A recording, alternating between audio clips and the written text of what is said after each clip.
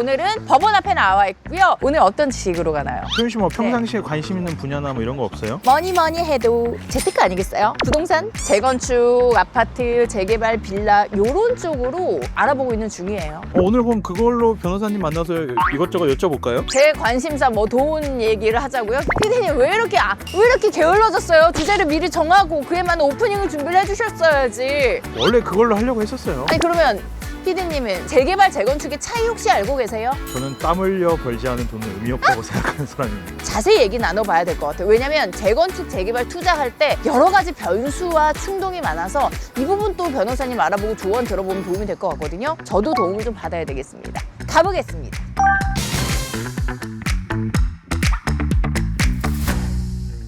안녕하세요. 네, 안녕하세요. 네, 반갑습니다. 네. 오늘 저희 주제가 재개발, 재건축이에요. 재개발, 재건축에 대해서 알고 계실까요? 볼 수는 있다고 좀 생각을 하고 있어요. 있다. 근데 나중에 한번 해봐야겠다라고 이제 생각은 드시는 거죠. 그렇죠. 그러면 재건축, 재개발 투자할 때 궁금한 사항 있으시면 변호사님 만나보고 이야기를 나눠볼 거거든요. 혹시 궁금한 사항 있으세요? 뭐 투자를 하는데 뭐 변호사를 만나야 되나요? 그렇죠. 부동산 투자와 변호사가 어떤 연관성이 있는 건지 저도 조금 의아해서 왜 변호사님과 얘기를 나눠보는 게 좋을런지도 PDB 예. 라이프 플러스 방송에서 꼭 확인해 주셔야 돼요. 예, 알겠습니다. 네, 감사합니다. 예. 재건축, 재개발 투자가 무엇이고 그리고 또 이게 이해관계가 복잡하기 때문에 변호사님의 조언이 꼭 필요하거든요. 다양한 이야기들 우리 변호사님 나눠보고 이야기 나눠보도록 하겠습니다. 변호사님 안녕하세요. 안녕하세요.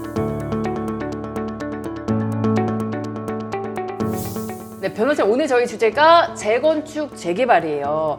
이 둘을 헷갈려 하시는 분들 아니면 차이가 뭔지 잘 모르겠다 하시는 분들이 꽤 많더라고요. 어떤 차이가 있을까요? 네, 일단 재건축과 재개발이 있는데요. 재개발은 좀 더 포괄적인 개념으로서 네. 이제 오래된 아파트 또는 단독주택 또는 공공시설 또는 상하수도 사회 기반 시설까지 포함돼서 정비하는 사업인 거고, 반면 재건축은 어느 아파트 단지나 공공주택 단지가 너무 오래돼서 노후돼서 이제 안전 문제가 생긴다든지 이런 문제로 이제 새로 짓는 것을 이제 재건축이라고 합니다. 그러니까 기반 시설을 포함해서 예.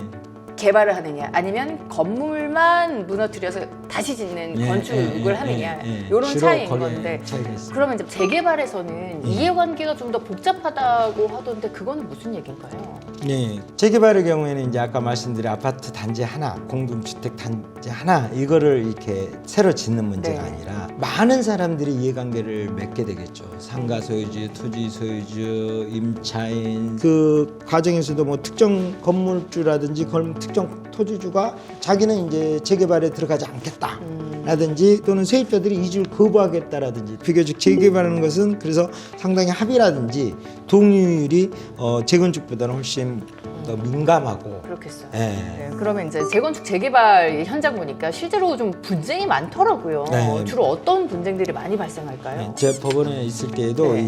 이런 분쟁이 엄청 많았습니다. 그쵸. 그래서 첫 번째로는 이제 조합 설립 동의를 받았냐 안 받았냐를 가지고 분쟁을 많이 해요. 네. 보통 이제 그 조합이 네. 사업을 시행한 것을 원칙으로 하고요. 조합을 설립할 때 반드시 토지 등 소유자의 동의를 네. 3분의 1이나 또 4분의 3을 받아야 되는 경우가 있기 때문에 이 동의를 받았냐 안 받았냐 많이 문제가 되거든요. 나는 동의서를 써준 적이 없는데 동의서가 제출됐다. 네. 백지 가져와가지고 내용 전혀 없는데 거기다가 나한테 서명받는데 알고 봤더니 그게 신청서였다라든지 그 다음에 우리 분담금 분쟁 또 추가 분담금 분쟁이 또 이게 사실은 시민분들이 제일 관심이 많을 그렇죠. 거잖아요. 처음에 안내받은 분담금보다 실제로 이제 분담액이 크게 늘어난 경우가 되게 많습니다. 네. 그죠? 특히 이제 공사비 인상. 원가. 예, 네. 건설업체 입장에서도 원가가 원자재 상승이 되기 때문에 네. 공사비 인상을 뭐 얘기할 수는 있겠습니다. 이제 그 경우에 이제 공사비는 전체 그 사업비에서 한 7~80% 차지하잖아요. 그렇기 때문에 공사비가 조금 올라가도 조합원 분담금이 엄청 올라가거든요. 네. 중요한 게 적법한 총회를 거쳤으면 모르지만 적법한 총회를 거치지 않은 경우가 있거든요. 예, 그 경우에 이제 조합원들이 관리 처분 계획 취소 소송이라든지 분담금 증서문 취소송 또는 부당이익 반환 등을 구하는 소송을 많이 제기합니다. 재개발, 재건축 투자 좀 피해야 되는 실수는 어떤 게 있을까요? 그러니까 아까도 얘기했지만 서류를 안 보고 동의를 해주는 서류 안 거예요. 보고. 예, 옆집도 했다니까.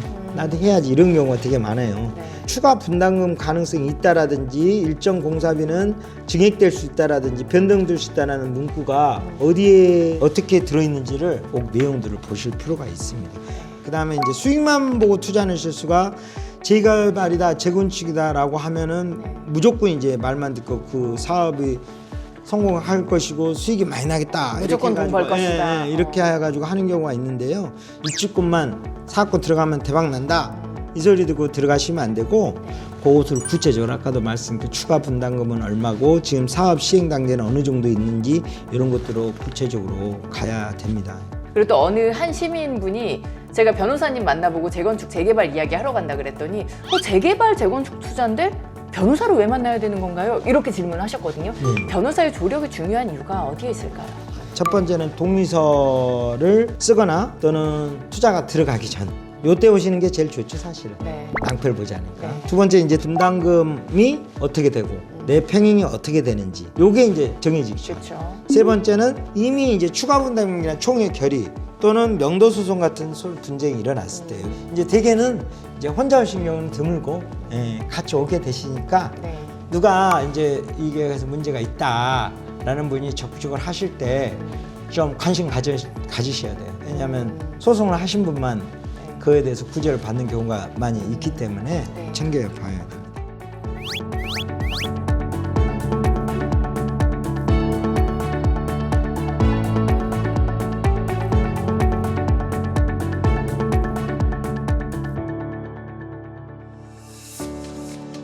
네, 오늘 꼭 알아야 되는 정보들이잖아요. 모르면 나중에 투자할 때 손해를 볼 수 있기 때문에 이렇게 똑똑한 정보들도 전해주셔서 감사하고 그리고 이제 저희 TJB 라이프 플러스의 법률 관련한 정보들 궁금하신 혹은 우리 이제 변호사님한테 상담 받고 싶은 내용이 있으신 분들을 위해서 시청자 게시판을 이용을 하시거나 너튜브 TJB 라이프 플러스 채널에 댓글 남겨주시면 또 우리 변호사님의 상담 또 조언 받아보실 수가 있으니까 참고해 주시기 바랍니다. 자, 오늘도 이렇게 여러분들의 라이프에 플러스가 되는 정보들 전해드렸습니다. 라이프 플러스 고맙습니다. TJB 라이프 플러스 유튜브 구독, 좋아요, 알림 설정까지 부탁드립니다.